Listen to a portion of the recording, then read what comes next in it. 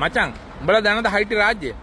හයිටියෙත් හිටපු පාලකයොත් අපේ රටේ පාලකයෝ වගේම තමයි රනිල් රාජපක්ෂලා වගේම තමයි. හරිද?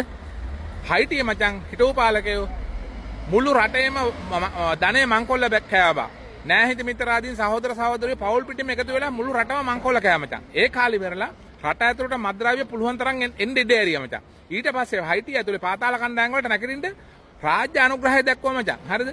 ඒ කරලා අද මේ වෙනකොට හයිටියේ අහිංසක ජනතාව කන්නේ බං මැටි වලින් හදපු රොටි. මතක තියාගන්න. මැටි වලින් හදපු රොටි කන්නේ අදත් හයිටියේ මිනිස්සු. හරිද?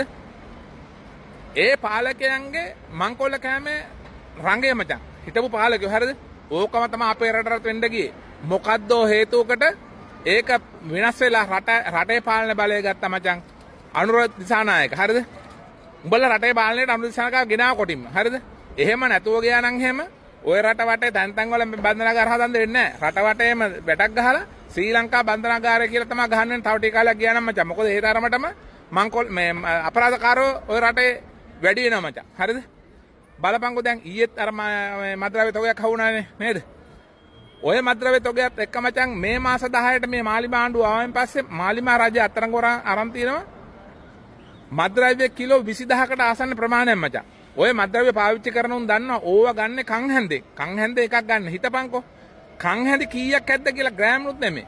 ග්‍රෑම් එකෙත් කන් හැන්දේ 100ක් විතර තියෙනවා. හරිද?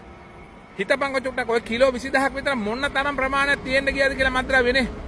මුළු රටටම ප්‍රමාණවත් ඔය මුළු රටටම මොකද්ද සොම්බි රාජ්‍යයක් වෙන්න ඔය හැටිනේ මද්ද්‍රව්‍යනේ. මචං උඹලා දැක්කද ඊයේත් අර පාතාල සෙට් එක අරන් ආවා මේ මෙහෙ ඉඳලානේ. ඒ අරන් එද්දි කවුද නම සෙව්වන්දිව අරන් ආපු එක නාමල්ගෙන් හදි නමල් මොනවද කිව්වද දැක්කද? නාමල් කිව්වා බලමුකෝ දැන් ගෙනල්ලා මොනවද කරන්නේ?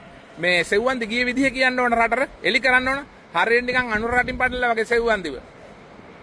මතක තියාගන්න. උන්ට උවමනා වුණේ මද්ද්‍රව්‍ය වලින් පිරිච්ච පාතාල ත්‍රාඩ ක්‍රියාවල වලින් පිරිච්ච රටක් ඕන වුණේ උන්ට.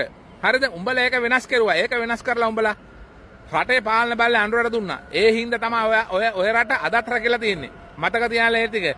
නැත්තම් ඔය රට හයිටියක් වෙන එක නවත්තන්න හම්බෙන්නේ නැහැ. ජය වේවා ලක්මන් ජය වේවා.